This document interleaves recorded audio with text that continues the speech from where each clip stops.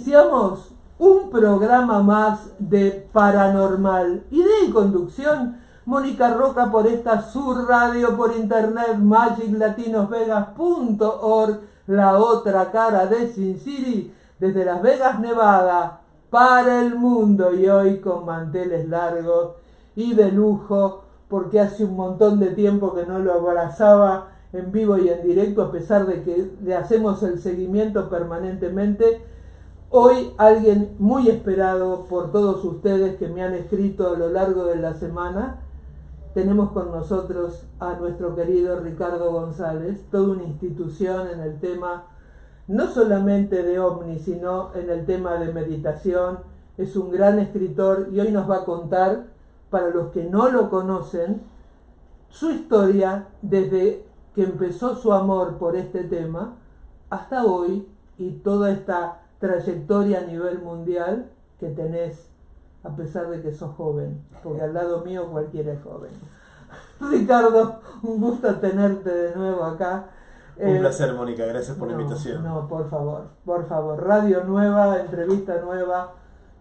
2018, ¿no? Fue la última vez que le hice la nota, que aparte cubrí el seminario en vivo desde hace un montón de tiempo. Pero bueno, un honor tenerte de nuevo acá. Ricardo, para los que no te conocen, ¿por qué no nos contás un poquito de tu país de origen y cómo empezó este amor por el cielo y por los seres de otras civilizaciones? Bueno, tan joven no soy, te agradezco la deferencia, tengo 48 años. Al lado mío sos un bebé de pecho. Estás divina, Mónica, como siempre. Lo que ocurre es que en mi caso yo empecé muy jovencito experimentando este fenómeno, el fenómeno de los objetos voladores no identificados, cuando tenía entre 5 o 7 años de edad, en mi país de origen, en el Perú, estando con mi familia de paseo campestre en una zona que conocemos como el Bosque, en Chosica, que es un lugar que utilizamos para pasar la época estival en clubes campestres, en la sierra. Bueno, allí contemplé unas luces caminantes sobre los cerros que no me parecía nada convencional, no era ningún avión, helicóptero, me llamó mucho la atención, pero como era un niño tan chiquito, pensé que eran estrellas caminantes, ese tipo de cosas, y lo dejé allí. Pero lo recuerdo como uno de los primeros fenómenos que presencié y que despertaron en mí una curiosidad. Sin embargo, los años transcurren, llegó 1988, ya tenía entre 13 y 14 años de edad, y en ese momento ellos, sean quienes fuesen, volvieron a aparecer. Pero en esta ocasión el avistamiento fue mucho más contundente. Ya no eran unas lucecitas lejanas moviéndose sobre los cerros o dando brincos en el cielo, sino que un objeto mucho más bajo, a la altura de lo que yo calculo es un vuelo de un avión comercial, pero era una esfera muy brillante, que incluso resaltaba en el cielo diáfano de ese verano en Lima. Habitualmente los cielos en Lima son nublados por la corriente de Humboldt en el Pacífico, pero en el verano el cielo está soleado, el cielo azul, y se veía claramente esta luz que no emitía ningún ruido y se desplazaba hacia el océano. Lo he contado muchas veces, porque así empezó todo para mí, en las entrevistas que me han realizado los medios, que no solo fue, Mónica, el avistamiento en sí de ese objeto, sino fue una sensación, la sensación que experimenté de observar aquello fue como una felicidad interior, no sé si el término es correcto. Sentía como que conocía eso, como que me resultaba familiar, y sentí una alegría muy adentro y me entusiasmé. Recuerdo que comenté el avistamiento luego en el colegio, lo que había presenciado. Llevé recortes de los diarios, porque en Perú a lo largo de ese año 88 se hablaba de una oleada ovni en todo el país. Allí descubrí que el término ovni no era un término esotérico, místico, de nueva era, sino era un término militar, técnico, creado por la Fuerza Aérea de los Estados Unidos para definir objetos que no tenían una explicación convencional. Así que dialogaba esto con mis compañeros de clases en los Hermanos Maristas, en Barranco, donde estudié, en Lima, y crecí siguiendo el tema, tratando de entender qué me había pasado, qué había presenciado.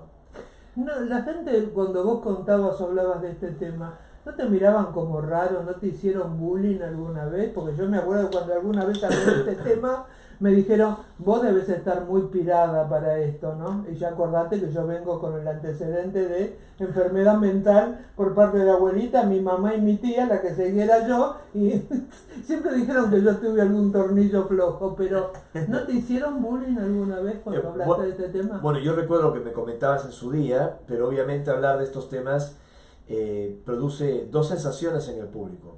Por un lado, rechazo y también por otro lado, fascinación. Rechazo pensando que eres un charlatán, que estás mintiendo, que te inventaste una historia o que está mal de la cabeza, como estás reflexionando. O un público elogioso que te ve como una persona especial, como un embajador de los extraterrestres porque tuviste estas experiencias. Aclarando que ovni no significa nave extraterrestre, sino un objeto que no pudiste identificar. Y yo llegué a la conclusión, posteriormente, que los objetos que había visto tenían un control inteligente de entidades no humanas, cuando en el año 93, cuando era estudiante de Administración y Mercadotecnia en Lima, estaba descansando en mi escritorio, en mi propia habitación en Lima, para, no sé, tomarme un break, antes de seguir con esos estudios, porque tendría que rendir unos parciales, unos exámenes de la materia de estadística y de contabilidad en la carrera que estudiaba, y en ese break entré como un estado de dormevela. En Perú decimos, creo que también en Argentina, como que estás cabeceando, ¿no? Exacto, ¿no? sí, que En ese no momento, sabes si estás dormido o despierto. como dormido despierto, sobre mi propio asiento. No sé si me llegué a servir un café, si quería escuchar música, hacer cualquier cosa que me sacara de los cálculos, los apuntes, los libros que atiborraban el escritorio. Era un break en donde yo estaba descansando sentado frente a mis cuadernos de notas, y allí escucho una voz, en ese estado de duermevela: no dejes de seguir buscando. Y yo dije, ah, caramba. ¿Cómo era Y esa esto voz? era una voz de un hombre joven, sin acento y con cierto tinte metálico, como si la voz estuviese pasando por un filtro. No sé, es una sensación, no digo que haya sido así, solo describo lo que... Sí. Pero lo escuché con claridad en la cabeza y yo me sorprendí, y vuelve a hablar y me dice: vas a vivir una preparación para conocernos físicamente, somos seres extraterrestres que estamos entrando en comunicación contigo. Allí dije, se acabó. Una cosa es aceptar por sentido común, cultura, que tal vez no estamos solos, la exploración matemática del universo, todo eso es entendible, pero de allí a decir que está recibiendo un mensaje de una supuesta inteligencia extraterrestre es una verdadera locura. Dudé, como toda persona racional, y la voz dobla la apuesta y me dice: ¿quieres una confirmación? O sea, detectando mis dudas, mis sentimientos, y me dice: sube a la terraza, a lo alto de la casa, y allí la tendrás. Y subo a lo alto de la casa, en el barrio Orrantia del Mar. Si algún peruano me está escuchando, es una zona residencial. Vivíamos en Peset y Juan de Aliaga, una zona con varios edificios. Subí a lo alto de la vivienda, aparece una luz roja brillante, se llega a colocar sobre nuestra casa. Mis padres suben con mis gritos, mi hermano, y vimos todos el objeto. ¿Vos ahí qué edad tenías? 19 años, y ya recién cumplidos, sí. Sí. Sí, en pocos meses había cumplido 19 años, sí. ¿Y Año entonces? 1993. ¿Y qué te puedo decir? Cuando vi el objeto, que incluso podía distinguir una forma como de boomerang, como arqueado, me di cuenta que no era nada conocido, no emitía ningún ruido, a máquina, a motor, a hélice, a nada, y luego el objeto retrocede por donde vino y se pierde en dirección al este, hacia las montañas, hacia la sierra. Pero escucho otra vez la voz.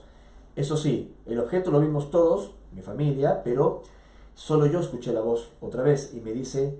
Vos eras el elegido.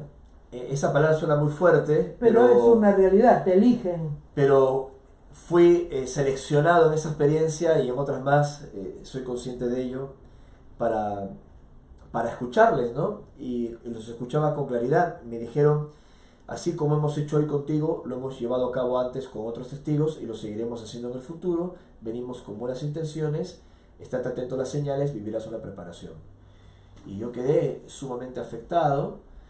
Y un detalle que comento en mis libros, en mis conferencias de ese entonces, que es mágico, una sincronicidad extraordinaria, creo que habían pasado solo 2 días y yo estaba dirigiéndome a mi centro de estudios, estaba cruzando la Vía Expresa. La Vía Expresa es como una especie de autopista que comunica el centro histórico de Lima con la Costa Verde, es decir, como una autovía que va serpenteando la costa del Pacífico. Lima, la capital del Perú, está en la costa del Pacífico. Entonces hay como una vía expresa que comunica el centro histórico con la costa. Y yo estudiaba en Miraflores, entonces tenía que cruzar un puente. Hay muchos puentes que van yendo de lado a lado en esa vía expresa.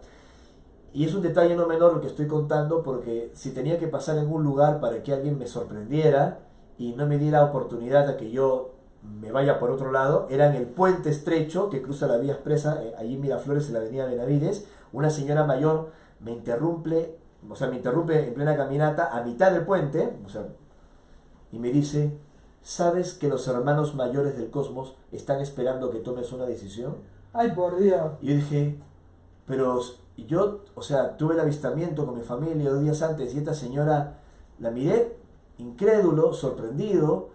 ¿Cómo podía ser? Es algo increíble. A ver, no era nada sobrenatural, era una señora que le habían pagado, o era miembro de pronto de un grupo ufológico, una señora mayor, muy entrada en años, que le habían dado unos flyers, unos volantes para repartir y anunciar un congreso de ufología ese mes de noviembre, si mal no recuerdo, del año 93, y me entrega el papel, pero me lo entrega con esas palabras: sabes que los hermanos del cosmos están esperando que tomes una decisión, y me da el papel. Y yo recordaba el mensaje: estate atento a las señales. Yo sé en el papel hablaba de un congreso donde habían contactados personas que habían tenido estas experiencias, y fui al congreso, naturalmente, ¿no?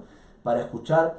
A ver, yo escuché a personajes que me parecían que no estaban bien de la cabeza, que algunos se presentaban casi como un Jesucristo en la tierra, que eran como emisarios de los extraterrestres, algunos incluso vestidos de forma estrafalaria, pero hubo otras personas completamente sensatas. Recuerdo el caso de un contador público, Edgar Concha Macías, que formaba parte de los grupos Rama, que había fundado en ese momento, ya de los años 70, los hermanos Carlos y Sisto Paz Wells, y me pareció una persona sensata, muy coherente. Y también había miembros del IPRI, del Instituto Peruano de Relaciones Interplanetarias, que fue la primera institución de investigación OVNI del Perú en los años 50, cuyo fundador, José Carlos Paz García, era íntimo amigo de Fabio Serpa en Argentina. Fabio Serpa, mi gran amigo, mi gran hermano, que falleció. De hecho, yo di a conocer la muerte de Fabio a pedido de su viuda, mi querida amiga Adriana Ferreira, ¿no? Entonces te podrás imaginar, en ese momento... Fabio era un tipo, un investigador nato. Enorme. Yo en ese momento, con 19 años exactos, en el Congreso, siguiendo todas estas pistas, no imaginaba lo que iba a ser mi vida después. Esto me invitó a implicarme a grupos de contacto, de ufología, a repetir las experiencias, tener nuevos avistamientos, saber quiénes eran los que me estaban contactando, que yo era uno de tantos contactados en una cadena histórica de acontecimientos en el Perú, que luego los conocería físicamente estos seres, de aspecto humano, que me despedirían del trabajo en un laboratorio internacional. Yo era divulgador científico, por aparecer en la televisión hablando sobre estos temas, que tomé el toro por las astas y acepté las invitaciones en la televisión, en los congresos, en las entrevistas de radio, de todo tipo de medios, para hablar sobre lo que me había ocurrido, no para que la gente crea, sino para que piense. Para contar de todo. Renuncié al rol del clásico contactado que solo cuenta lo que le pasó, sino que también asumí el rol de investigar lo que me había sucedido y hacer preguntas. Y bueno, han pasado 30 años, casi 30 años, que me han permitido vivir experiencias extraordinarias, haber dado muchas veces la vuelta al mundo, haber participado de los congresos más prestigiosos a nivel mundial, incluso aquí en Estados Unidos, en el Instituto de Noetic Science del astronauta Edgar Mitchell. He sido el único contactado latinoamericano que lo han invitado a hablar allí ante académicos, haber publicado 21 libros que se han traducido a 6 idiomas. Y a pesar de todo eso, como lo hablaba en su día también con otro querido amigo, JJ Benítez, el autor de Caballo de Troya, entre más investigas y más vives, menos sabes. Cierto. Y no es una falsa humildad, No, pero yo no sé que no sé nada. Pero las preguntas está la clave, ¿no?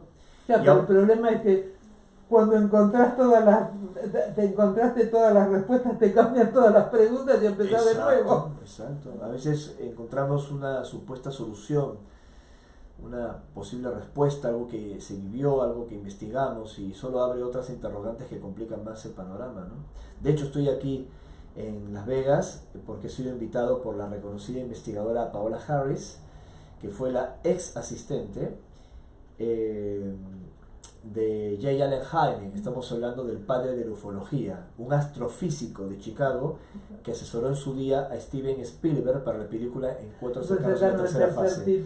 Eso fue a fines de los años 70, entonces una joven Paola Harris que había llegado de Italia a los Estados Unidos, empezó trabajando con el astrofísico como traductora del inglés al italiano y luego se transformó en su asistente de campo. Hoy Paola Harris es una inminencia en la ufología. Totalmente. Y bueno, me ha invitado a su congreso que se va a celebrar en Laughlin.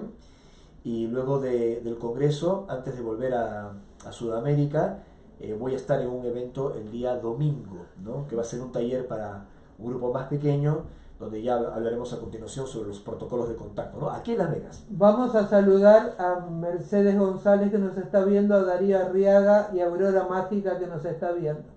Porque después, si no los nombro, se me enojan. Grandes amigos, sobre todo. No, por favor. Está todo el mundo esperando en tu seminario el domingo. Mercedes y Paula, que han sido muy amables para también organizar esa actividad. Y sigo difundiendo, sigo investigando, sigo pensando, sigo viajando con mi esposa Sol, que es tu coterránea. Cierto, ¿no? acá la tenemos. Después la vamos a mostrar para que la conozcan, porque me imagino que mucha gente debe haber dicho: este bicho raro que investiga sobre eso debe estar solo como un hongo, porque ¿quién lo sigue? Pero no, tiene mujer desde hace ¿cuántos años? Estamos juntos hace 12 años. Opa, un buen tironazo. Sí, y muy contentos de vivir juntos esta experiencia. Y están viviendo en Argentina. Sí, vivimos entre Argentina y Lima, ¿no? Tenemos nuestra casita al pie del Cerro Uritorco, con Capilla del Monte. ¡Qué maravilla! ¿Ya hiciste el museo? ¿Ya lo terminaste? Porque se veía que era un proyecto que sí, lo empezamos con un proyecto, sigue en camino. De momento lo que estamos haciendo es actividades vinculadas con la obra de Nicholas Roerich en el lote que nosotros compramos y donamos para esta causa, y estamos haciendo prácticas allí de concentración, de meditación, promoviendo el diálogo sobre la obra de Roerich al pie del mástil de la Bandera de la Paz. Sentíamos que teníamos que seguir ese proceso antes de construir algo, ¿no? No puedes construir un museo abierto que se basa en la obra de la cultura de la paz si el lugar no había sido frecuentado, conocido, y es un lugar muy especial. Así que estamos en ese proceso. Nos retrasó también la construcción esta infame pandemia y la cuarentena estricta, severa, una de las más largas del mundo que sufrimos en Argentina. En Argentina todo es más largo y más sufrido. Sí. Tristemente, sí, creo que lo sabes muy bien. Tristemente. Y tuvimos que esperar todo eso, ¿no? Pero ahora estamos retomando con mucha fuerza, ¿no? Una pregunta que me surge ahora, ¿no? Creo que ya te le hice la vez pasada, ¿no? Marina Flores nos está viendo. Jesús, ¿era un ser que venía de otro planeta? A ver, yo te voy a contestar todo lo que me preguntes de acuerdo a mi experiencia, a mis conocimientos, a lo que he podido indagar. Hay algunos temas que tienen respuestas claras, algunos, cuando se basan en datos, y ya no es opinión, sino es información. Y hay otros, como este de Jesús, de que son difíciles de contrastar, porque hablamos de un personaje, a mi entender, histórico, real, sí, que estuvo entre nosotros físicamente hace 2000 años, y que de acuerdo a los mensajes de estos seres, aunque suene muy controvertido lo que voy a decir, fue y es un ser de una alta jerarquía, muy importante, que incluso es apreciado, respetado. Aclaro, sé que suena controvertido, por seres fuera de este planeta. Ven a Cristo como una jerarquía, pero no era un extraterrestre, y lo digo con mucho respeto a otros canalizadores, contactados, que tampoco se ponen de acuerdo entre ellos, ¿no? Porque algunos dicen que Jesús venía de Orión, otros que era de Andrómeda, otros que era de Sirio, otros que era arturiano, y al final cuando dices cuáles son las pruebas de todo esto, tiene que resonar en tu corazón, te dicen, o sea, es un acto de fe total, o sea, es decir, cualquier delirio bienvenido. Y yo trato de intento ser en este eterno resbaladizo, intento ser lo más prudente y responsable posible.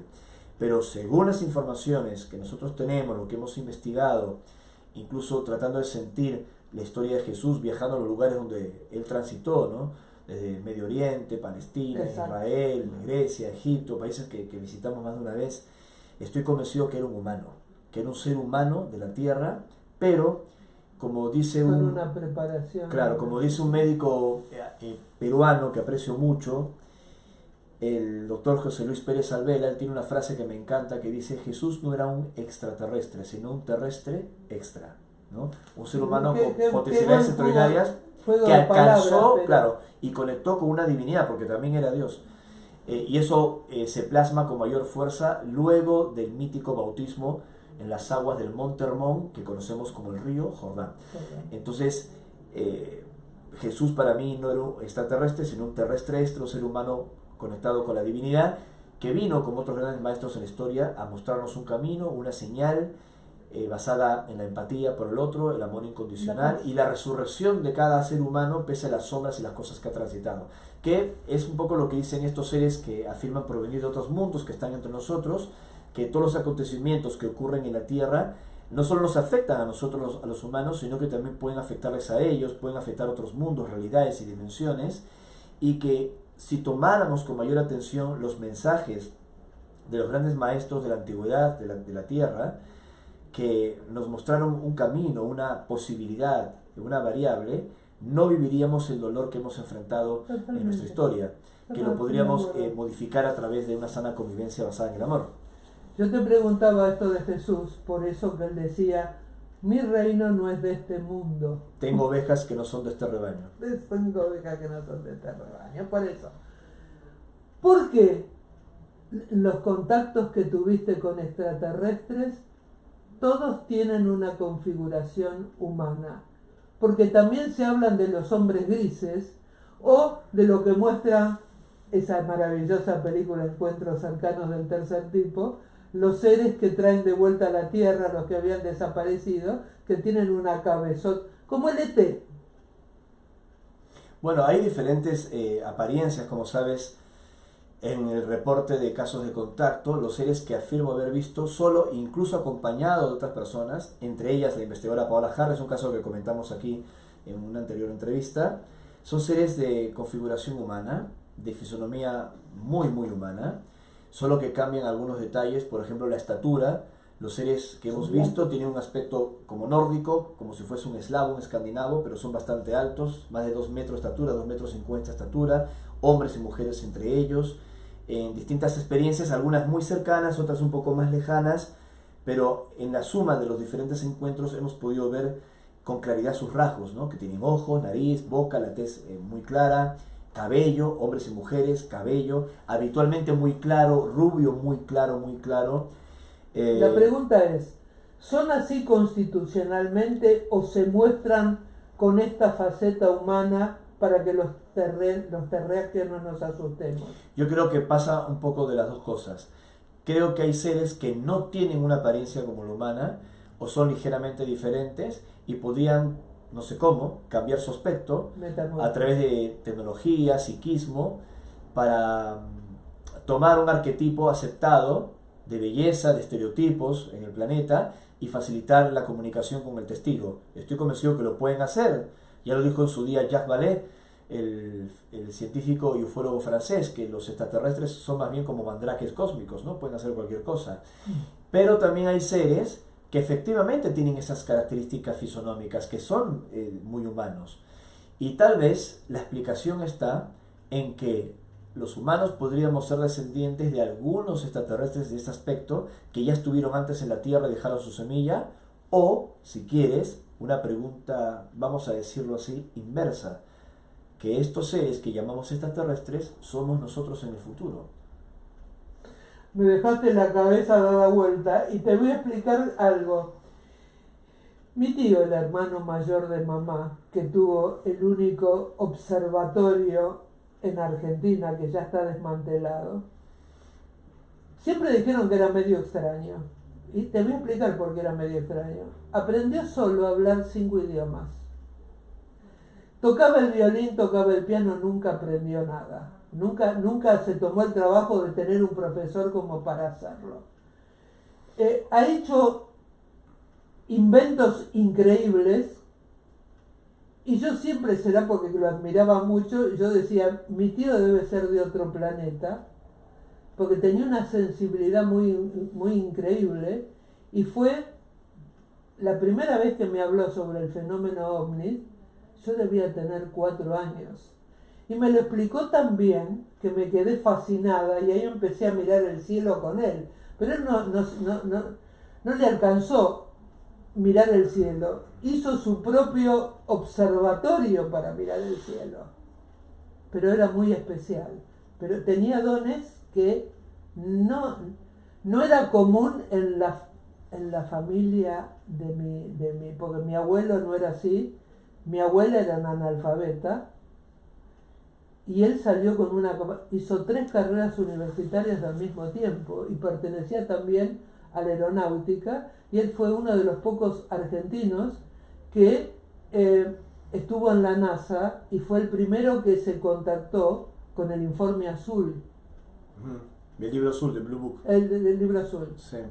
Y me cuenta una experiencia de hace mucho tiempo de el famoso proyecto Filadelfia, sí, donde él estuvo hablando con el único sobreviviente que de golpe festejó, me lo cuenta él, festejó su cumpleaños, dijo, este es mi último cumpleaños, y mi tío me contaba que lo vieron atravesar una pared, no salir por la puerta y desaparecer.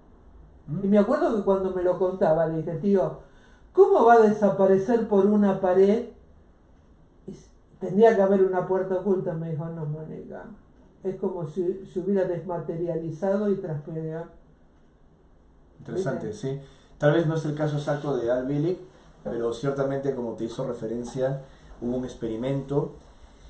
Ya que hablamos de los extraterrestres y viajes en el tiempo, que nosotros podríamos ser ellos, bueno, aquí en 1943 hubo un experimento en los astilleros de la Armada Naval norteamericana, en Filadelfia, en donde el acorazado US Eldridge habría desaparecido no solo ante las pantallas de radar, que es lo único que reconocen en el experimento militar los norteamericanos, especialmente el presidente Ronald Reagan en su momento se refirió a este incidente. Más bien fue una desaparición de nuestra línea de tiempo, ¿no? O sea, de nuestra percepción física de observación. Y hay muchos reportes, testimonios. Allí conocí al citado Al Billig en un congreso en Florida hace 22 años, él ya falleció, y él también se presentaba como uno de los supuestos supervivientes o que estaba vinculado con esa historia, mostrando documentos, evidencias. Bueno, haciendo las sumas y las restas, voy al grano, yo creo que el proyecto existió, creo que utilizaron el conocimiento de este gran genio croata, Nikola Tesla, el verdadero padre, el verdadero padre de la corriente alterna, que luego Thomas Alva Edison le robó la patente, sí, como también pasó lo mismo con Marconi y la radio, que también fue otro invento de Tesla. En fin, Tesla tenía acá en Estados Unidos, en Colorado, un laboratorio en Colorado Springs, y bueno, toda la información de Tesla, cuando él muere a inicios, si mal no recuerdo, de ese año 43, es que... En una situación dudosa. En una situación compleja en como Nueva York. También Wilhelm Reich, después de un experimento con el cañón. Totalmente. Bueno, esto podría explicar que tal vez seres de otros mundos han adquirido la tecnología para no solo viajar en línea recta, que es la gran discusión que existe, ¿no? ¿Cómo es posible que vengan de años luz de distancia y no se puede superar según las leyes de la física la velocidad de la luz? Es que ellos no viajan, se trasladan, que es diferente. Pueden utilizar agujeros de gusano o crearlos artificialmente, tal vez, como si fuese una película Star Trek, y salir mañana de su mundo para llegar ayer hoy, y tienen todavía tiempo para volver al almuerzo en tiempo presente, ¿no? Por decirlo de algún modo. Ahora que dijiste esto me estás dando vuelta a la cabeza, porque también me acordé del concepto de Dios de Einstein y de los mundos paralelos, donde uno puede vivir en este mundo siendo soltera, y en otro mundo tener otra vida y tener otras experiencias al mismo tiempo.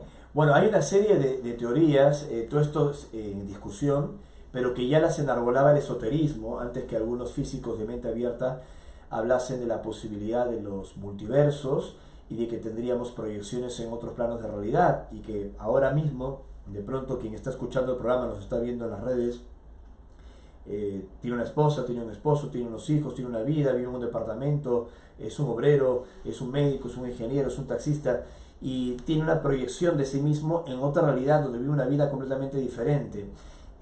Eso no está probado, es una de las tantas teorías del multiverso en el que vivimos. Sin embargo, como te decía, ya el esoterismo y los mensajes también de estos seres extraterrestres dicen de que nuestra experiencia sí que se diversifica o se proyecta en otras dimensiones y en otras realidades.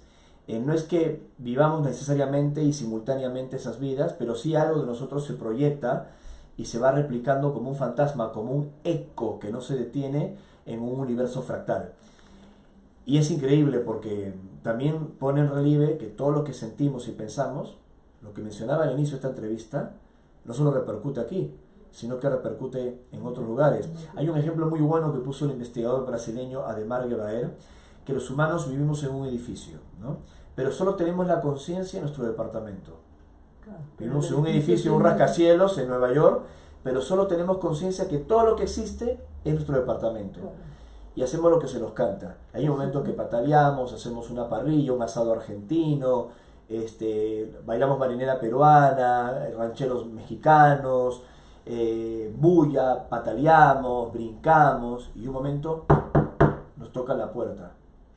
Y viene el vecino y te dice, te quiero avisar que no estás viviendo solo, ¿no? Que hay otros pisos y tus ruidos y lo que haces molestan o afectan. Bueno, ese concepto del edificio con los múltiples pisos es lo que pasa con estas múltiples vidas, múltiples ecos y la influencia que tenemos en otros planos de realidad.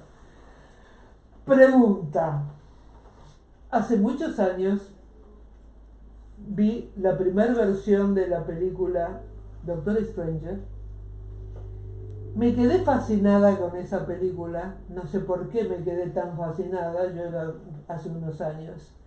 Y dije, ay Dios, ¿por qué no hacen una remake? ¿Y quién sería el actor para hacer la remake? Entonces un día le digo a mi marido, acá hay una casa que se llama CIA, donde se consiguen películas viejas y películas extrañas. Le dije, por favor, anda a ver si me podés conseguir la película Doctor Stranger, la versión del año, era creo que 1900 no sé cuánto. Me dice, no hay ninguna película de esa que vos viste, pero el tipo me dio esto y es un cómic. Ahí me enteré que Doctor Stranger era un cómic, pero yo vi la primera versión y uno de los actores era John Mills. Vos sabés que dice que no existe esa película. Yo la vi.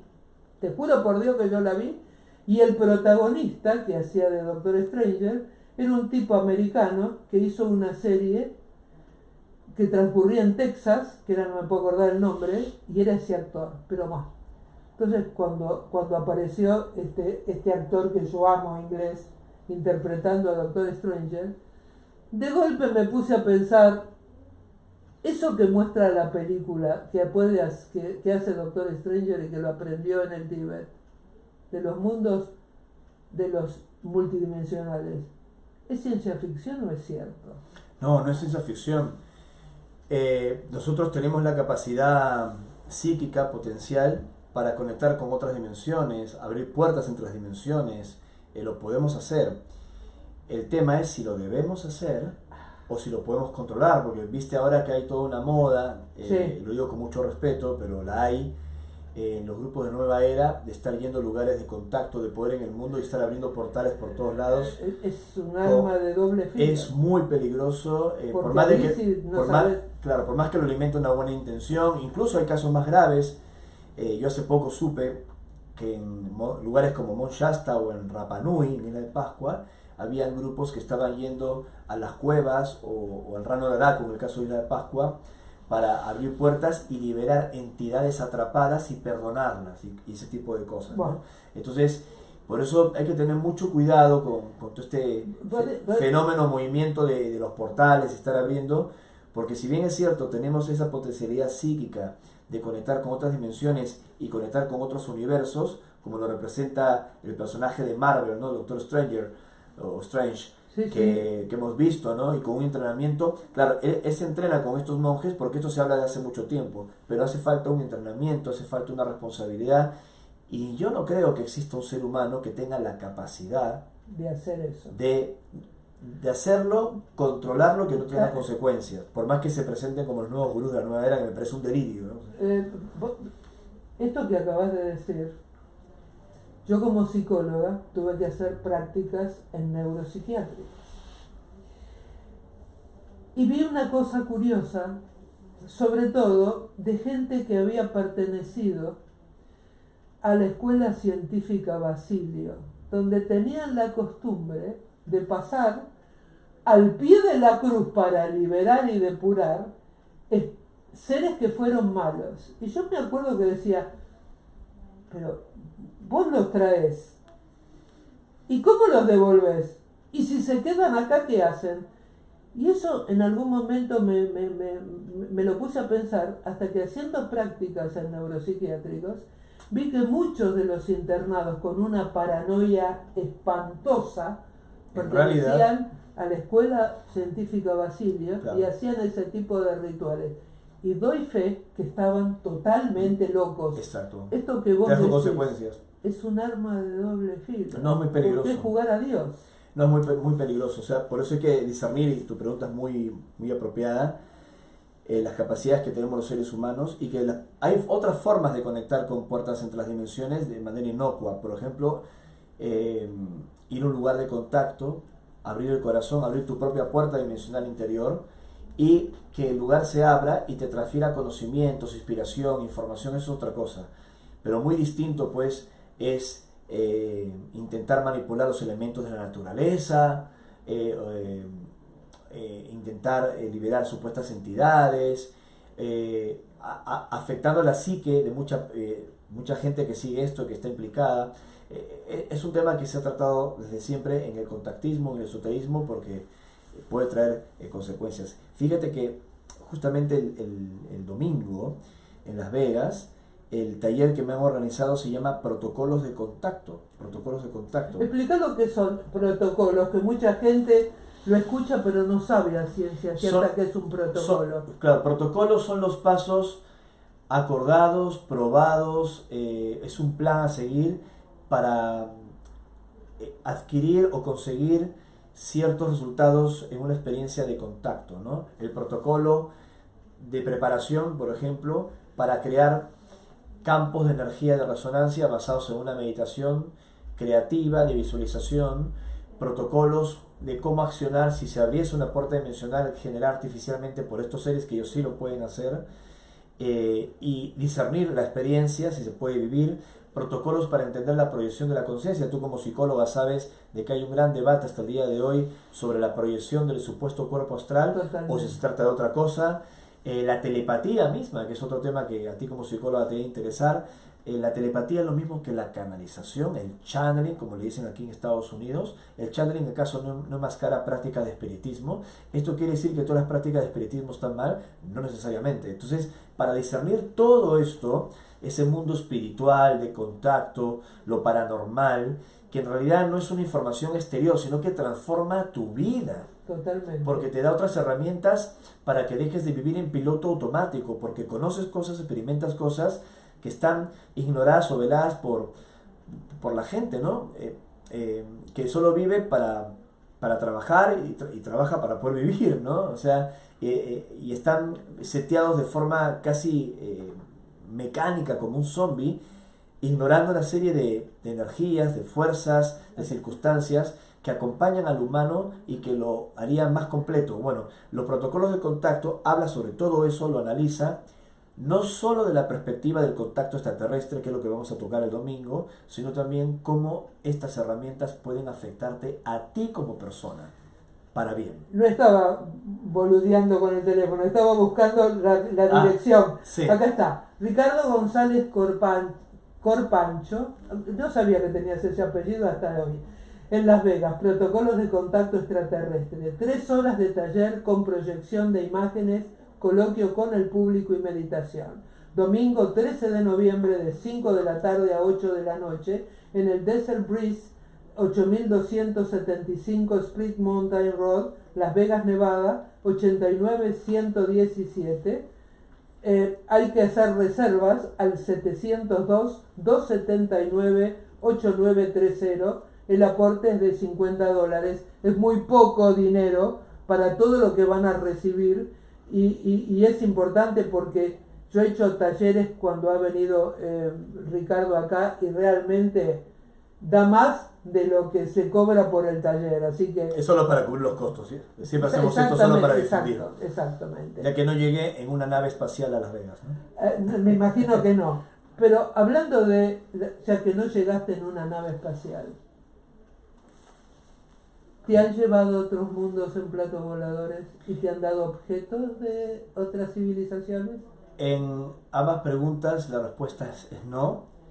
No he viajado a otros mundos físicamente, pero sí, cuando me refiero a otros mundos me refiero a otros planetas, ¿no? O sea, pero sí he tenido experiencias de contacto físico que pueden sonar también a una esquizofrenia, en donde los he visto físicamente en tierra o he subido físicamente dentro de sus naves y ha ocurrido algún desplazamiento, pero no me han entregado ningún objeto.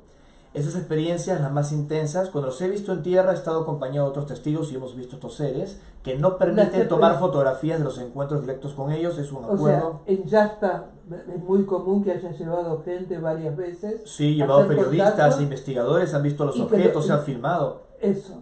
Sí, hemos dado pruebas contundentes de nuestras experiencias, pero ya los contactos cara a cara directamente con estos seres, con Ivica y Antarel. Ivica es una mujer de 1,90 m de estatura, de unos 35 años de apariencia. Antarel es ya un gigante que supera los 2 metros de estatura, de aspecto nórdico también. Ambos dicen provenir de un mundo similar a la Tierra, un planeta montañoso, en el sistema triple de Alpha Centauri, que es el sistema solar vecino a nuestro planeta. Está emplazado a unos 4 años luz aproximadamente, 4,36 Próxima Centauri de nuestro Sol, ¿no? Ellos dicen provenir de allí, pero que están hace mucho tiempo entre nosotros. Y que hay otros grupos de diferentes procedencias o características que también están actuando en nuestra realidad. Es decir, que cuando se viven estos contactos en estos lugares que ellos han marcado, sea el desierto de Chilca en Perú, o Tepoztlán en México, o de pronto pues Monte Shasta, el norte de California, o incluso aquí el Valle del Fuego, que es una zona muy especial, no muy lejos de Las Vegas, no es que ellos vengan desde otros mundos para conectar, sino que ya están entre nosotros. Tienen accesos a bases subterráneas, bases subacuáticas, que para nuestra tecnología siguen siendo una utopía, algo difícil de ciencia ficción, pero ellos han logrado adaptarse a circunstancias realmente complejas en nuestro planeta. Así que en estos lugares, como Monte Shasta que acabas de mencionar, no solo he invitado a periodistas e investigadores del fenómeno OVNI, avistamientos previa cita que han sido registrados y compartidos en varias publicaciones, sino que además hemos tenido contactos físicos con estos seres. Y en uno de estos contactos físicos subí físicamente a una de estas naves. Ellos arrojan como un haz de luz, una luz sólida, que a mí me arrancó del suelo y me llevó dentro de un objeto. Es un instante, es como un abrir y un cerrar de ojos. Y sí, porque es otro tiempo. No sé cómo describirlo, pero es correcto. Lo que pasa con ellos en esas experiencias o dentro de esa nave o lo que fuese, está ocurriendo en otra franja de tiempo, no tiene nada que ver. Claro. De hecho, me ha sucedido que he estado una hora y media, ¿no? Por ejemplo, yo ahora mismo puedo calcular ¿cuánto tiempo llevas hablando con Moni? Bueno, yo calculo 40 minutos, 45 minutos, no sé, un cálculo así a vuelo de pájaro, ¿no? Y de pronto me dicen, no, Ricardo, llevan 2 minutos con 30 segundos hablando. Claro, es otra y yo digo, no, pero para mí estamos hablando, no sé, 40 minutos. No, son 2 minutos con 30 segundos. Bueno, algo sí me sucedió, que yo calculaba que estaba con ellos hablando 1 hora, hora y media, y volvía de la experiencia, habían pasado 10-15 minutos, como si el tiempo hubiese ido mucho más rápido en una de las franjas donde estaban de pronto mis compañeros esperándome que yo volviese de la experiencia, porque solo la podía tener individualmente, a solas con ellos. Les cuesta tener contactos con grupos de personas de esta forma tan intensa, porque dicen que es más difícil lidiar con la psicología de distintos individuos y las consecuencias, que es preferible conectar con uno solo y mantener el control de la experiencia, ¿no? En vez de estar frente a 3, 4, 7 u 8 humanos en una nave, es mucho más complejo. aunque para nosotros podría ser psicológicamente más estable estar acompañado de una vivencia semejante.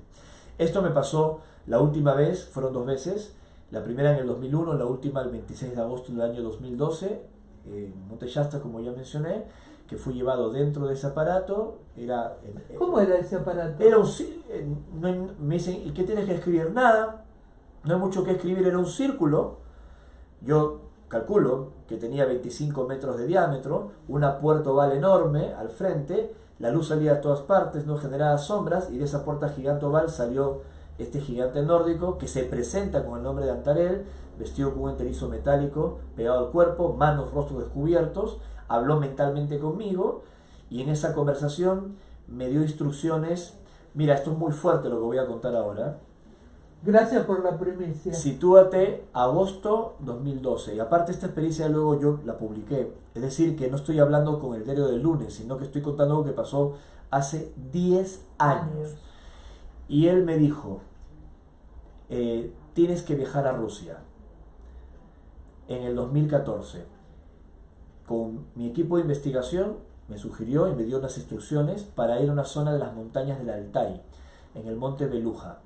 Y me dijo que teníamos que sensibilizarnos con el trabajo de los exploradores que habían estado en el monte Beluja y de la búsqueda de la paz en el Altai, porque Rusia jugaría un papel muy importante o en el desequilibrio mundial o en la paz mundial, que tenía como esa doble carta de acción.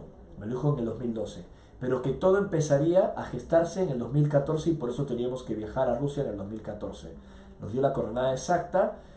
Bueno, en el 2014 empieza el problema de Crimea, que es anexada por Rusia, y me acuerdo que nosotros estábamos viajando a Siberia, al lugar que nos había marcado el extraterrestre 2 años antes, llegamos a Siberia, llegamos al lugar que se llama Beluja, y allí entendimos una serie de cosas vinculadas a la obra de Nicolás Roerich, La bandera de la paz. Ahí nació ese proyecto, y recibimos nueva información de estos seres que nos decía que teníamos que promover, como tantos grupos, personas en el mundo, la sana convivencia y la paz, y que no dejáramos de observar a Rusia, porque Rusia en un gesto podría llevar la paz al mundo o podría desatar un gran conflicto en el mundo.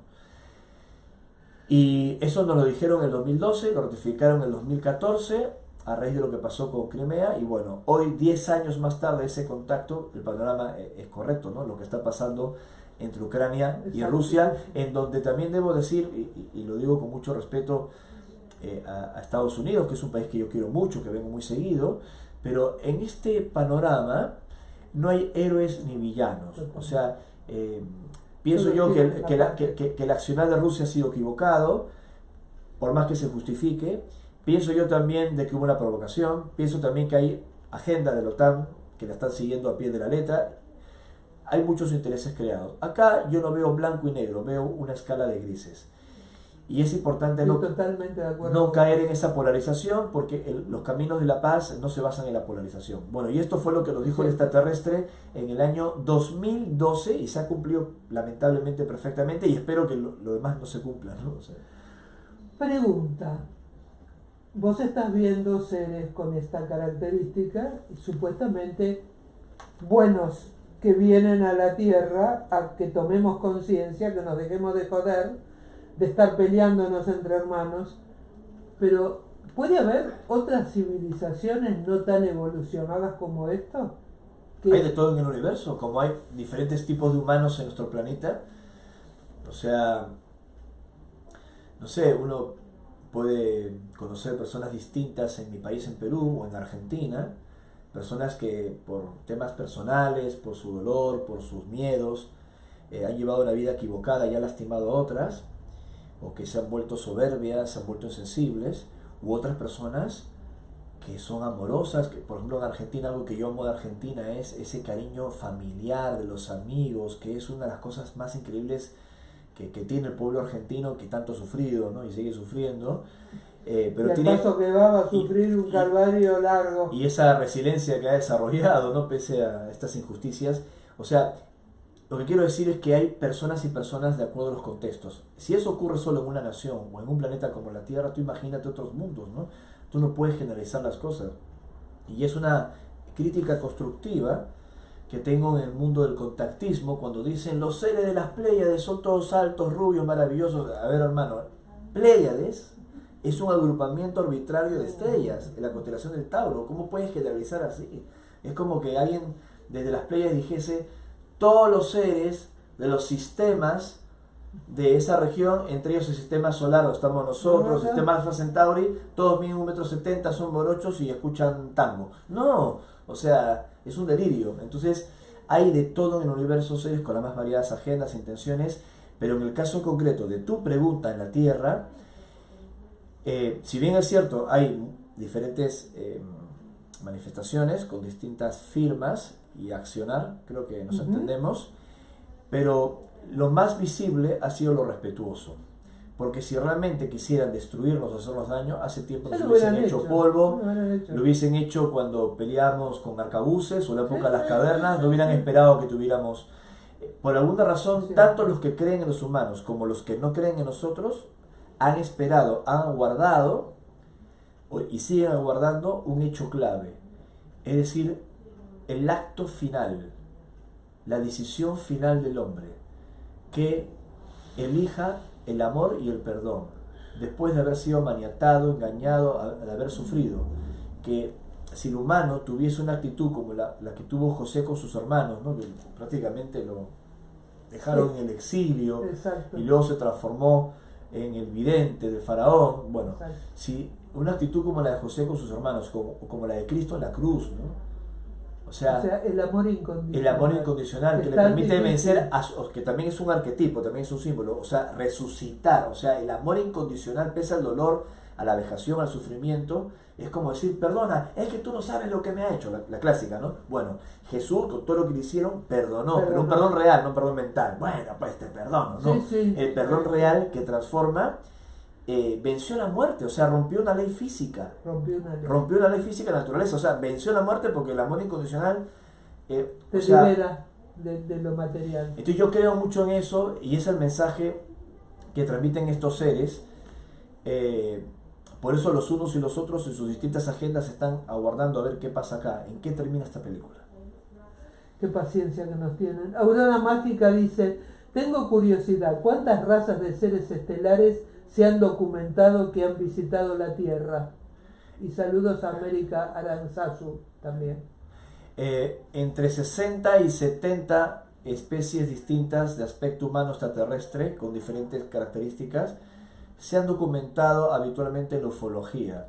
Pero en mi humilde opinión, y aclaro, es mi opinión, creo que el número se queda corto. Creo que solo estamos viendo la punta del iceberg. No me atrevería a categorizar o poner tipologías o poner números. Esto lo digo como una referencia, pero creo que es mucho más grande de lo que nos imaginamos.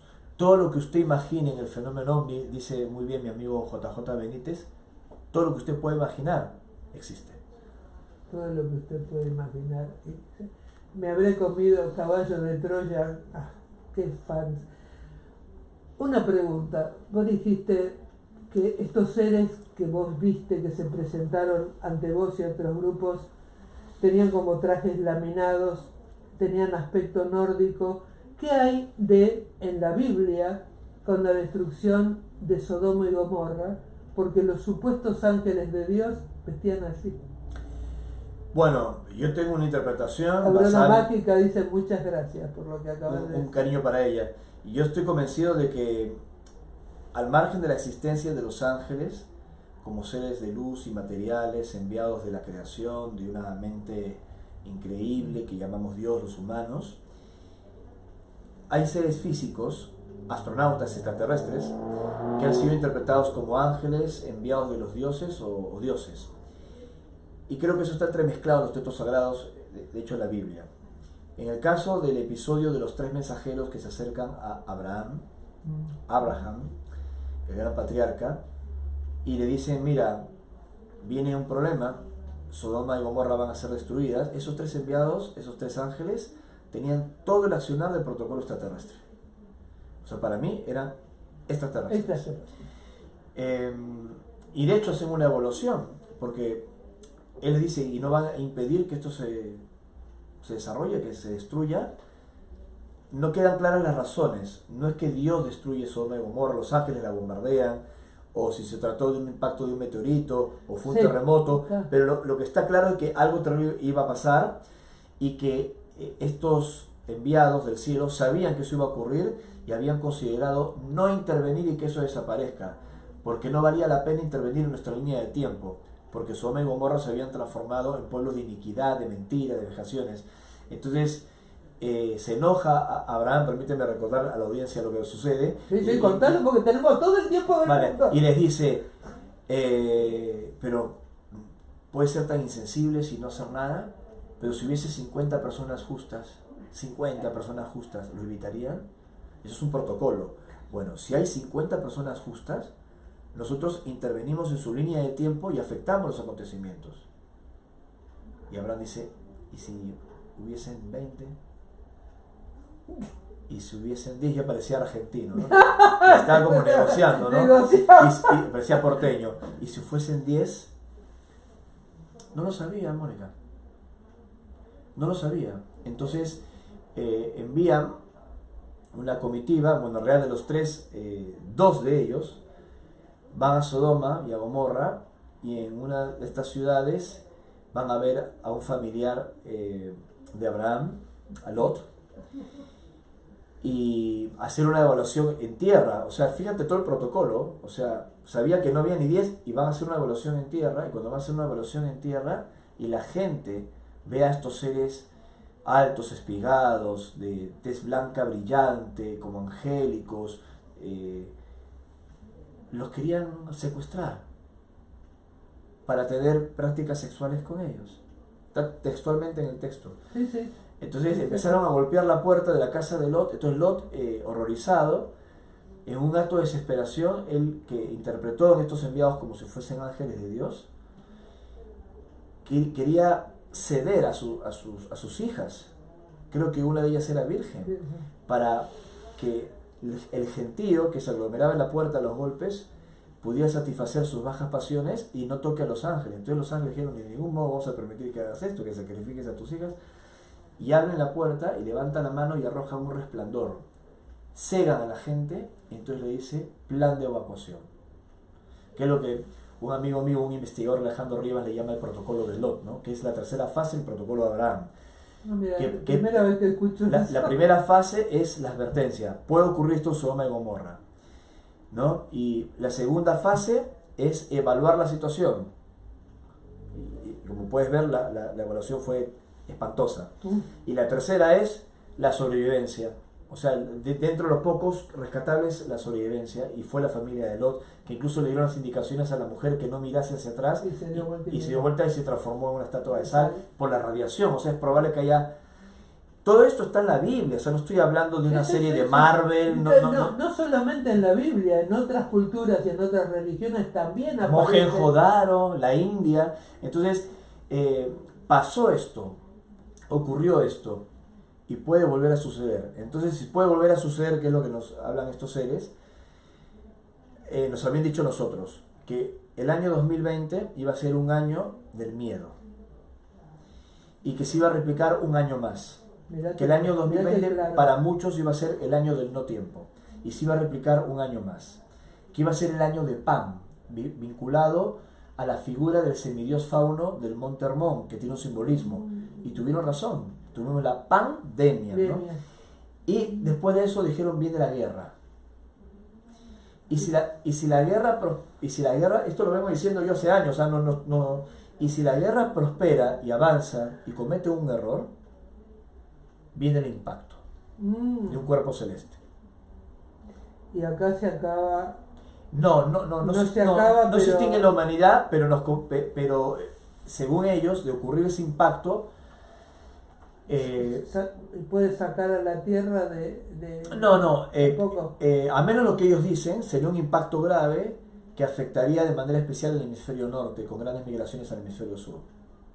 Cambiaría todas las reglas, porque, a ver, en el hemisferio sur se mira el hemisferio norte como el hemisferio de la prosperidad, Estados Unidos, Canadá, Europa, etc. Y si todo eso se complica por el impacto de un cuerpo celeste,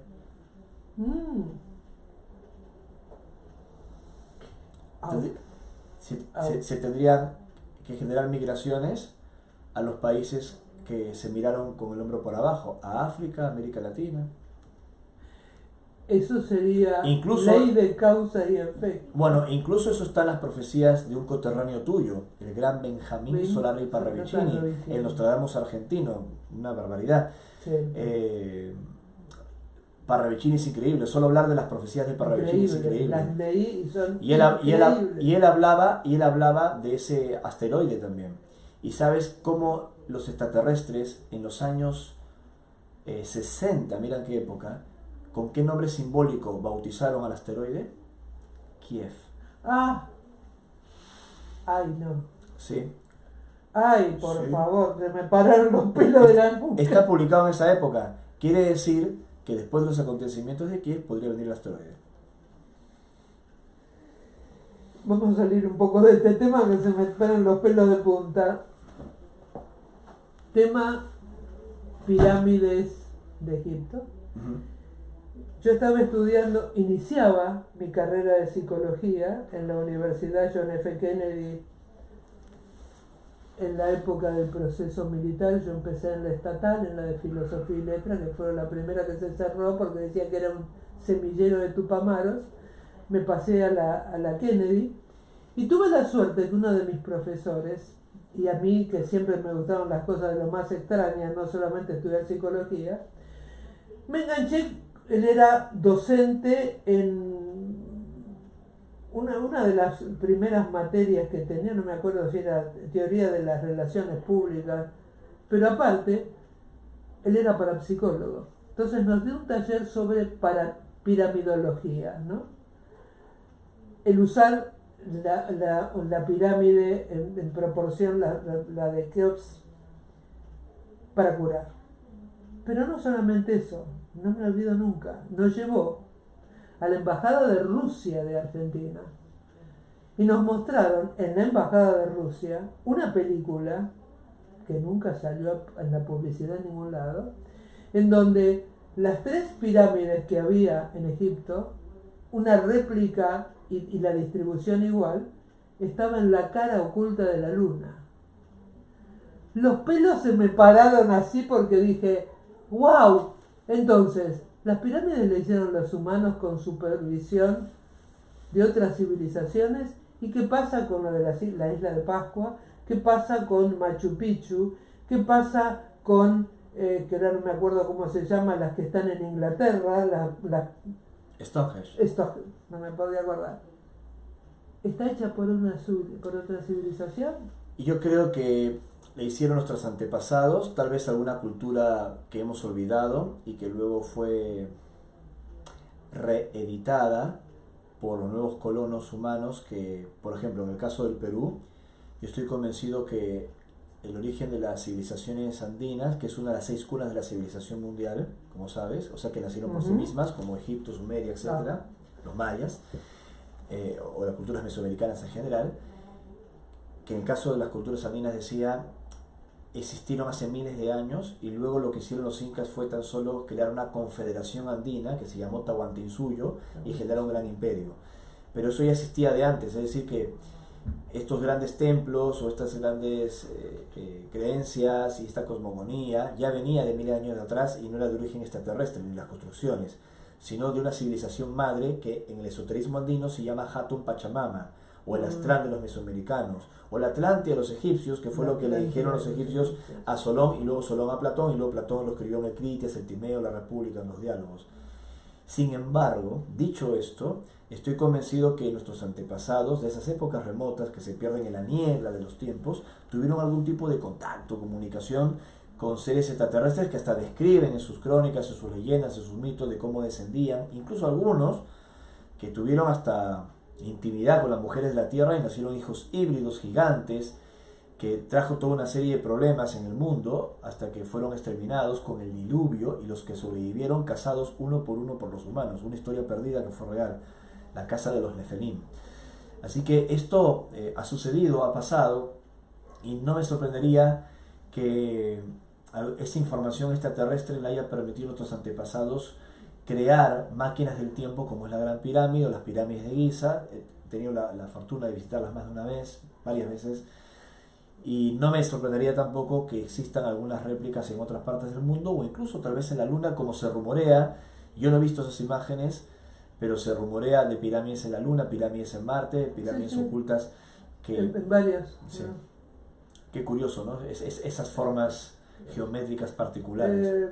Que en realidad las pirámides, un inciso, no son pirámides de base cuadrada, sino que son octaedros. Octaedros, ¿no? La parte física está arriba, que es la que está en la superficie, y la parte de abajo, donde hay también templos, construye energéticamente otra pirámide que mira hacia abajo. Entonces es un poliedro de 8 caras, Exacto. como una semilla. La parte más espiritual enterrada y la parte física hacia arriba.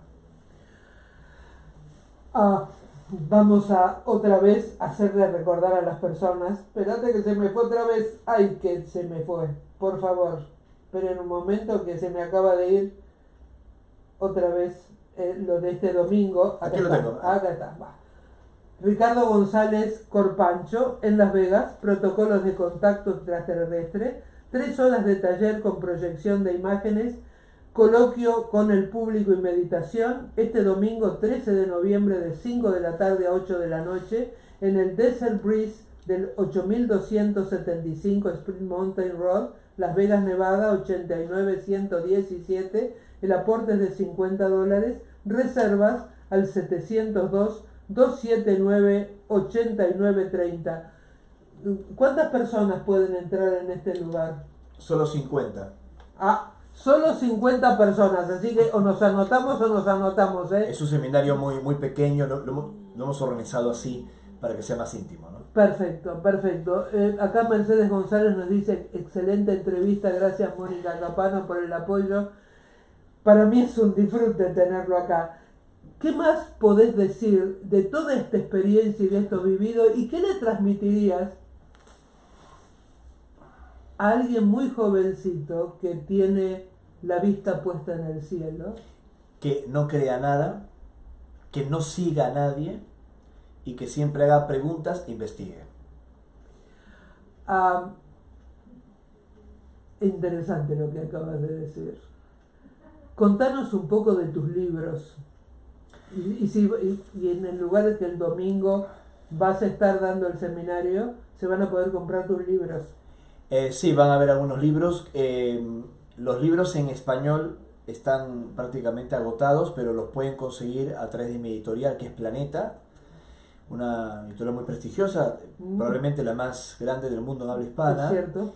Tiene su base en España, pero varios de mis libros se pueden conseguir en Amazon o incluso en América Latina, en Estados Unidos, a través del sello Luciérnaga y Aquaris de la editorial Planeta, entre ellos mi libro Tierra 2, que fue un verdadero éxito en su versión digital y ahora está en versión física en varias librerías.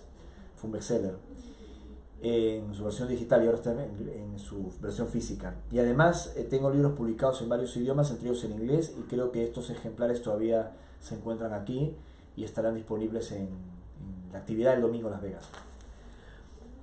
Si tuvieras un hijo en este momento, a como está la Tierra, ¿qué le dirías?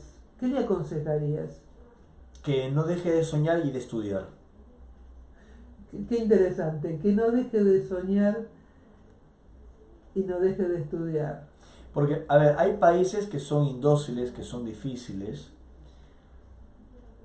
pero a pesar de que hay países que tienen más facilidades o menos facilidades que otros, la felicidad no conoce de países en realidad, sino conoce de empeño, conoce de sueños, conoce de cosas. Y yo creo que los sueños nos permiten a los humanos conquistar logros que pensamos eran inalcanzables. Entonces yo le diría a un joven, si está escuchando esto y le interesan estos temas y está preocupado por lo que pasa en el mundo, que no deje de soñar, pero también de estudiar, ambas cosas. Ricardo, esta entrevista fue de lujo. Gracias por este regalo que me hiciste. Yo sé que venís cansado, que bajaste prácticamente del aeropuerto y te viniste para acá. No, encantado. Sabes que te aprecio mucho. Esta es tu casa. La próxima vez que vengas, Y mañana, contame que te van a hacer una entrevista. Sí, mañana me van a hacer una entrevista, la amiga Sonia, su medio de comunicación, no recuerdo ahora mismo exactamente su programa, el nombre, pero bueno, está en un canal de aire que se llama Mi Tele, Mi Tele, que correcto, lo compró un mexicano, compró la banda y hizo si mal no recuerdo, es a las 8 de la noche en vivo mañana. Perfecto, porque... Y me voy a conectar desde el Hotel Aquarios. Porque el problema que como es de aire, yo no tengo... Te iba a preguntar a qué hora era, porque lo puedo mirar por este televisor, Ajá. no por el otro que tengo cable. Entiendo. Entonces lo que voy a hacer mañana a las 8, voy a meter la cámara esta frente al televisor. Para transmitirlo. Y te lo voy a retransmitir y después te lo mando. Porque no tenemos forma. Está muy bien. No tenemos forma. Que se difunda más el mañana mensaje. a las 8 de la noche. 8 de la noche me dijo, así es. Por favor, mañana a las 6 de la tarde. Mandame un texto a ver si me olvido porque pongo el despertador. Porque por el único plasma que lo puedo ver es por acá, porque todos los demás están conectados al cable. Pero por acá lo miro. Para poder poner la cámara, porque acá tengo mejor para grabar. Ya veo. Ricardo, realmente una entrevista de lujo. Gracias, Mecha, por traerlo. Gracias por confiar en mí y en esta radio. Yo creo que, dice Ricardo Gatica, dice, excelente entrevista. Oh, Ricardo Gatica es un querido amigo, un investigador de Chile. Parte de nuestro equipo de investigación. Un abrazo para Richie. Vos sabés que hay una cosa muy curiosa. Esta que es una radio por internet, a veces me sorprende gente que me escribe de distintas partes del mundo, no solamente por Facebook, que me escuchan por audio. Y realmente una de las cosas que yo traté de siempre, que es parte de mi vida, es hacer las cosas con responsabilidad y estar siempre tratando de acercarme más a la verdad, ¿no? Yo no necesito vender nada, simplemente necesito educar. Porque cuanto uno más sabe, menos miedo tiene. Así es. Y no se lo manipula. La verdad les hará libres, dijo el gran maestro. Totalmente, ¿no? Totalmente. Ricardo, gracias, muchísimas gracias por esto. Y así nos despedimos hasta el próximo programa de Paranormal por esta subradio por internet, magiclatinosvegas.org, la otra cara de Sin City, desde Las Vegas, Nevada, para el mundo.